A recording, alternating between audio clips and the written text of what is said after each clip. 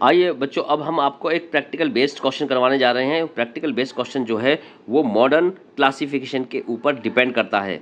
तो modern classification के ऊपर डिपेंड क्वेश्चन हमारा करता है। तो इस क्वेश्चन को करवाने से पहले हम एक चीज़ सीखेंगे कि इसको करवाने से पहले एक चीज़ हमें ज़रूर सीखना है, अपने माइंड में रखना है कि अकाउंटिंग इक्वेशन के जो भी कंपोनेंट हैं जिनके बेस के ऊपर हम अकाउंटिंग इक्वेशन को करते हैं उसको दिमाग में रखना है। जैसे कि पहले मैंने बताया वो कौन कौन से बेस कंपोनेंट हैं। एक हो गया आपका एसेट्स, लायबिलिटी, एक्सपेंसेस, रिवेन्यू और कैपिटल। इन 5 चीज़ों को याद रखना है जब हम इस क्वेश्चन को करेंगे। दूसरा, इस क्वेश्चन में ये बताया गया है कि किस साइड्स के अंदर जो है आइटम डिक्रीज़ हो रही है। तो इंक्रीज़ को ना ध्यान रख करके हमें डिक्रीज़ ध्यान रखना है, जो कि हमने आपको पहले अकाउंटिंग चैप्टर के अंदर बताया कि कहाँ पर आइटम जो है एसेट्स है, रिवेन्यू है, लायबिलिटी है, कहाँ डिक्रीज़ होती है, कहाँ इंक्रीज़ होती है। ये हम आपको पहले डिस्कस करवा चुके हैं। तो इस क्वेश्चन को करने से पहले इस चीज़ के बारे में हमें ध्यान रखना है, और ये हमें कुछ आइटम दी होंगी और उस आइटम को हमें देख करके पहचानना है कि इसका जो है नेचर किस तरह का है और कहाँ पर ये डिक्रीज़ हो रही है।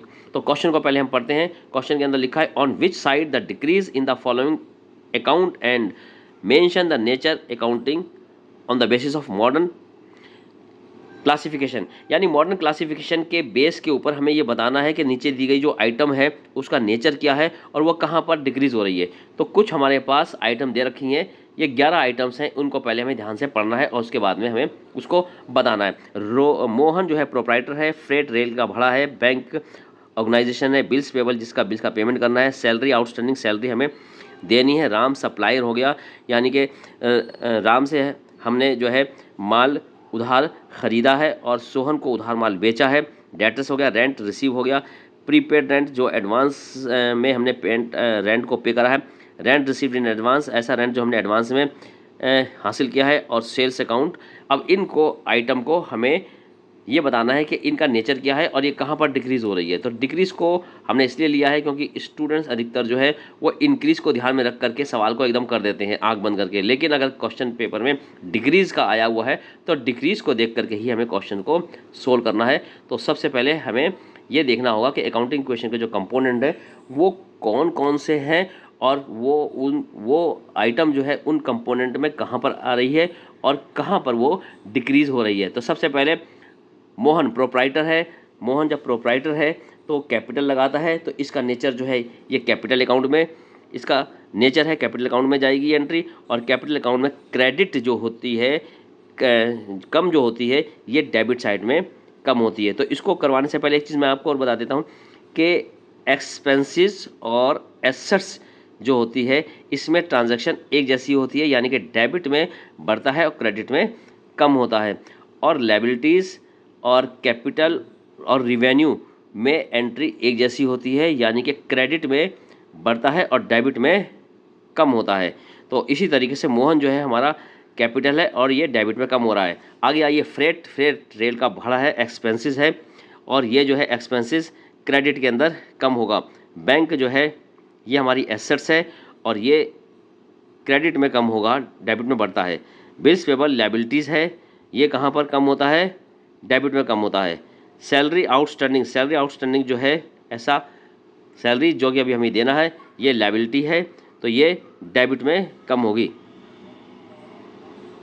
आगे आओ, राम जो है ऐसा इंसान है जो कि सप्लायर है जिससे हमने उधार माल ख़रीदा है। जब उधार माल ख़रीदा है तो उसको हमें पैसे देने होंगे, तो ये लायबिलिटी है और ये डेबिट में कम होगी। सोहन कस्टमर सोहन जिसको हमने उधार माल बेचा है, जब उधार माल बेचा तो ये डेटर्स हुआ और ये हमारी एसेट्स है, और ये जो है एसेट्स हमेशा क्रेडिट साइड में डिक्रीज़ होती है। अब आइए, रेंट रिसीव्ड, रेंट जो हमने रिसीव किया ये हमारी रिवेन्यू है, और रिवेन्यू जो है वो डेबिट साइड में कम होती है। जैसे कि लायबिलिटी का ट्रीटमेंट होता है उसी तरीके से इसका भी ट्रीटमेंट होगा।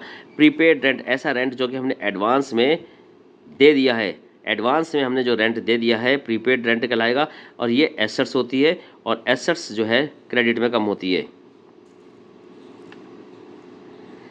Rent received in advance, rent ऐसा जो कि हमने एडवांस में हमें मिल गया है, जब एडवांस में मिल गया तो हमारे ऊपर बोझ है, ये लायबिलिटी है, और लायबिलिटी का ट्रीटमेंट डेबिट में कम होगा।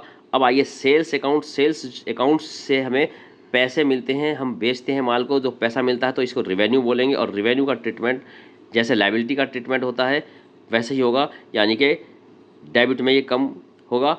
और एक एग्जांपल मैं अपने तरफ से बता देता हूँ, परचेज अकाउंट। परचेज अकाउंट के अंदर पैसा जो है हमारे पास से जाता है वो एक्सपेंसेस होता है। जब ये एक्सपेंसेस होता है तो उसकी ट्रीटमेंट जो है एसेट्स की तरह होगी। जैसे कि एसेट्स जो है वो हमारा क्रेडिट में कम होता है तो उसको क्रेडिट में हम दिखाएंगे। तो इस तरीके से मैंने इस क्वेश्चन के अंदर आपको बताया कि आइटम दी होंगी, आइटम का नेचर बताना है और ये बताना है कि कहाँ पर डिक्रीज़ हो रही है। पेपर में आपके इंक्रीज़ भी आ सकता है, तो जहाँ पर इंक्रीज़ होगी आपको वहाँ पर साइड आपको बतानी है। तो बस इसके अंदर आपको बस यही ध्यान रखना है कि अकाउंटिंग इक्वेशन के जो कंपोनेंट है वो 5 हैं और वो 5 कंपोनेंट कहाँ पर इंक्रीज़ करते हैं, कहाँ पर डेबिट करते हैं और ये क्रेडिट करते हैं।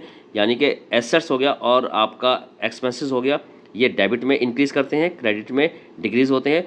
और कैपिटल, लायबिलिटी और रिवेन्यू जो है इनका ट्रीटमेंट एक जैसा होता है, ये क्रेडिट में बढ़ते हैं और डेबिट में कम होते हैं। तो ये मैंने आपको का क्लासिफिकेशन के बारे में एक क्वेश्चन करवाया।